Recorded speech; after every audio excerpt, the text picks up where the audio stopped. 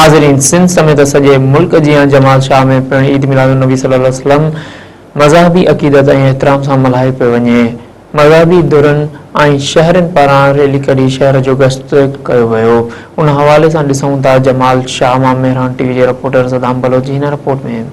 यहाँ जमाल शाह में भी सियासी समाजी तंजीमन पारां जश्न आमद रसूल सल्लल्लाहु अलैहि वसल्लम मल्हायो पियो वञे। वधीक हिते आयल आशिकान रसूल सां ॻाल्हि ॿोल कंदासीं त हुननि जो छा चवणु आहे। हुन महबूब करीम अलैहिस्सलाम जो जश्न विलादत मल्हायूं पिया, जंहिं महबूब करीम असांखे ग़रीबनि सां प्यार, यतीमनि सां प्यार, वॾनि जो अदब, नंढनि जो एहतराम करण जो दर्स ॾिनो। उन महबूब करीम अलैहिस्सलाम जो असां जश्न विलादत मल्हायूं पिया, जंहिं न्याणियुनि जी इज़त, न्याणियुनि जो एहतराम, न्याणियुनि जो अदब ऐं औरतुनि जो मक़ाम बयानु कयो। जी आमद मरहबा, हुज़ूर जी आमद मरहबा। जी साईं, असांखे जीअं त अॼु तमामु घणी ख़ुशी आहे। असां वॾा ख़ुशनसीब आहियूं जो ॻोठनि मां हिकिड़ो हिकिड़ो ॾींहुं रैली निकिरंदी आहे। असांजे ॻोठ में वॾी रैली निकिरंदी आहे। 11 बि करण वारा हूं, 12 बि करण वारा हूं।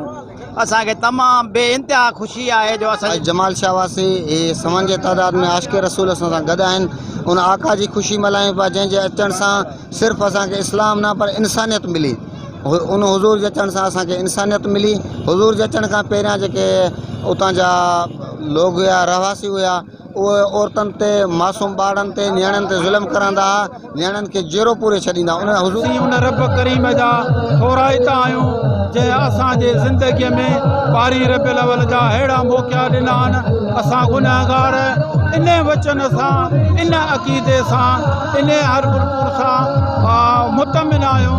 नबी दिलदार नबी जी आमद आहे। असांजे बच्चनि खे, असांजे दोस्तनि खे, पाड़े वारनि खे, सभिनी खे ख़ुशी आहे। सरकार न हुजे हा त ज़मीन न हुजे हा, अर्श न हुजे हा, फलक न हुजे हा, मलक न हुजे हा, कुझु बि न हुजे हा, असां न हुजूं हा, तव्हां न हुजूं हा। सभिनी खे ईद मुबारक आहे। सभु जोश ऐं जज़्बे सां ईद मल्हायो। पंहिंजे सदाम बलोच, मेहरान टीवी न्यूज़।